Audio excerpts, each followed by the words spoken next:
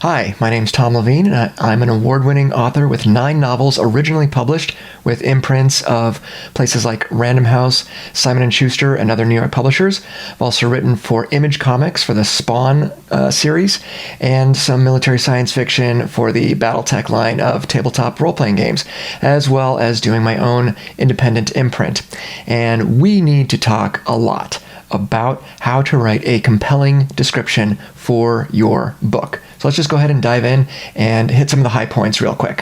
What we're trying to do is convince the reader, the potential reader, to click that buy button, right? And there's nothing wrong with that. I want to emphasize that right up front. We as creators, as authors in this case, need to stop worrying and stop thinking about, oh, but selling is gross. I don't want to sell my book. Yeah, you do. This is what you want to do for a living, right? I know it's what I want to do for a living. So we need to change our mindset to giving our readers, our potential readers, something that they want, and in fact, something that they need. They are looking for an escape if you're writing fiction, or they're looking for information if you're writing nonfiction, and we are providing that for them. So let's change the mindset to it's something we want to do, something we need to do, something that our customers, our patrons, clients, our readers need to have. So let's get that mindset straight right off the bat. First thing you need to know is your genre. Do you know your genre? Have you read widely in the genre, or if we're talking about Amazon, have you read widely in the category that you are publishing in? You need to do that so that you know what the keywords are, what the phrases are. Every book has certain genre tropes and expectations, whether it's fiction or nonfiction. You need to know what those are,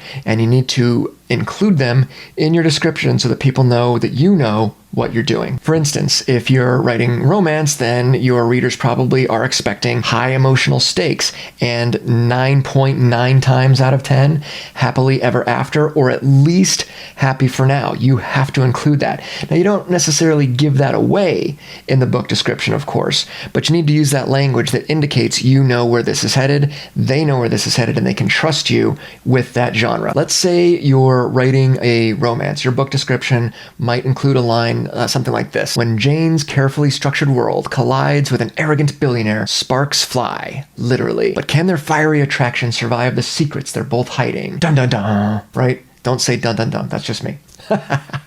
But that's the kind of thing you would phrase for your book description that's going to let romance readers know, okay, this is a person who knows what they're talking about, right? We then want to hook the reader, the browser, with a strong opening line, something that very first thing they're going to read.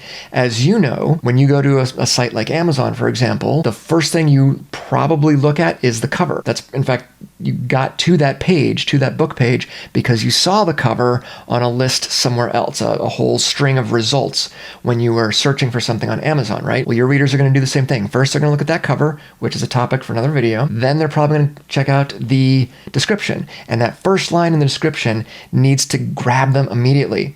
If you think about an Amazon page, you can click to keep reading, but there's this element, what I would refer to as above the fold or before the click. You've got X amount of space or X amount of characters there. You need to use those wisely and give us a hook that will really compel people to keep reading.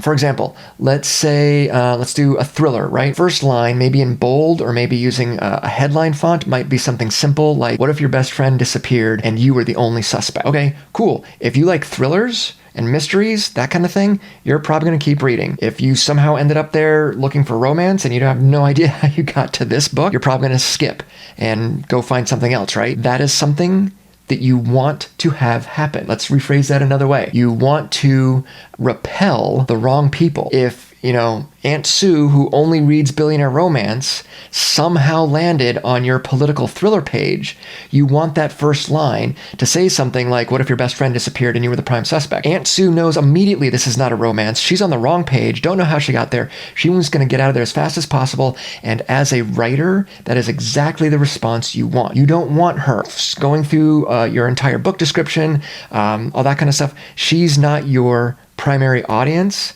So you want to include something in that first line that is for your primary audience so that they know they are in the right place. Next, you're going to want to focus a little bit on the conflict and the stakes. This is something we see missing in a lot of book descriptions. There's no conflict. One shorthand way to maybe look at this is all Frank wanted was X, fill in the blank, but blank wouldn't let him. That's a conflict. Frank has a goal, and there's some kind of obstacle or opposition. You want to get at least one solid line of that in your description. Sometimes more, but definitely get one that makes the stakes and the conflict exceptionally clear. What is at stake if Frank doesn't get why? What if Frank doesn't get fill in the blank? What's going to happen to Frank? What's at risk? Put that in your description as well. You do want to end on a cliffhanger of some kind. Some people will choose to end with a question. Will Jack Bauer defuse the bomb? A question mark. Okay, that's good. I'm not a fan of those. I'd much rather see that phrased in such a way that it ends with a period or an ellipsis, not necessarily a question mark, but that's just a matter of personal taste.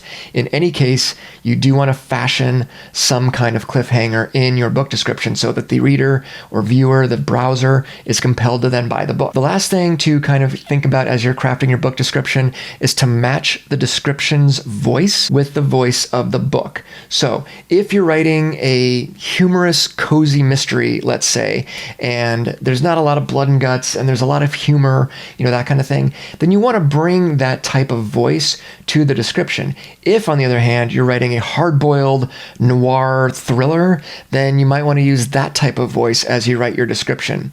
So whichever voice, kind of capital V voice you use to write the book, try to replicate that as best you can in the description of the book. That way people, again, you will attract the right people and repel the wrong ones. That is the whole point of the book description. One last thing I wanted to make sure and say, because it's really obvious, but just because it's obvious doesn't mean everybody catches on to it. In order to write a great description for your book, particularly when we're talking about a site like Amazon.com, you need to go to Amazon.com, filter for the best sellers in the categories that you're going to sell in, and go read those descriptions. Chances are very good those descriptions have done something right, and so you want to look at how they structure them. You want to look at the way they formatted their fonts. Are they using a headline font here or bold? How many spaces are used? How long are they? How many words per sentence? How many lines per paragraph? Things like that. You certainly don't want to cut and paste. I mean, that goes without saying, but sometimes you got to say it just to be sure you're clear. You're not cutting and pasting and just replacing a few words, okay? Bad idea. Don't do it.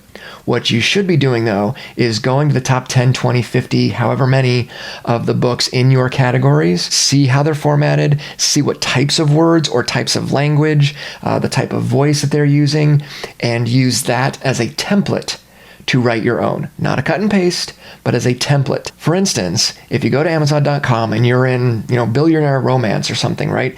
And 9 of the top 10 books have their descriptions formatted so that the first line is in a headline font, and then the next 3 paragraphs are only 1 sentence long, that's probably something you might want to seriously think about replicating. Not stealing their words, but replicating their format.